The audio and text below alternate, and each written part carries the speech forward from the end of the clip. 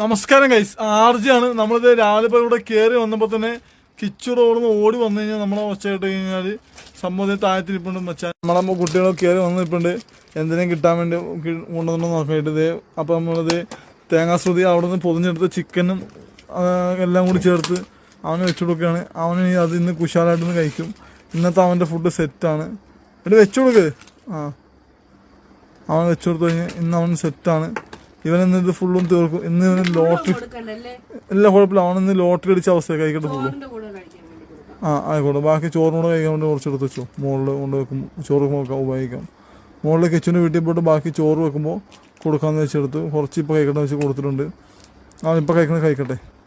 എന്തായാലും നമ്മുടെ ഫുഡിൽ ഒന്നും വേസ്റ്റ് ആയിട്ടില്ല. എല്ലടക്കം എല്ലാ സാധനങ്ങളും നമ്മൾ കിച്ചനോട് കൊടുത്തിട്ടുണ്ട്. അപ്പോൾ കുറച്ച് സംഭവം കിച്ചനോട് സംഭവം സെറ്റായിട്ടുണ്ട്. കിച്ചനോട് ഫുഡ് റെഡിയാക്കിയ ശ്രുതിക്ക് നമ്മളൊരു ബിഗ് താങ്ക് യു പറയേണ്ടതാണ്.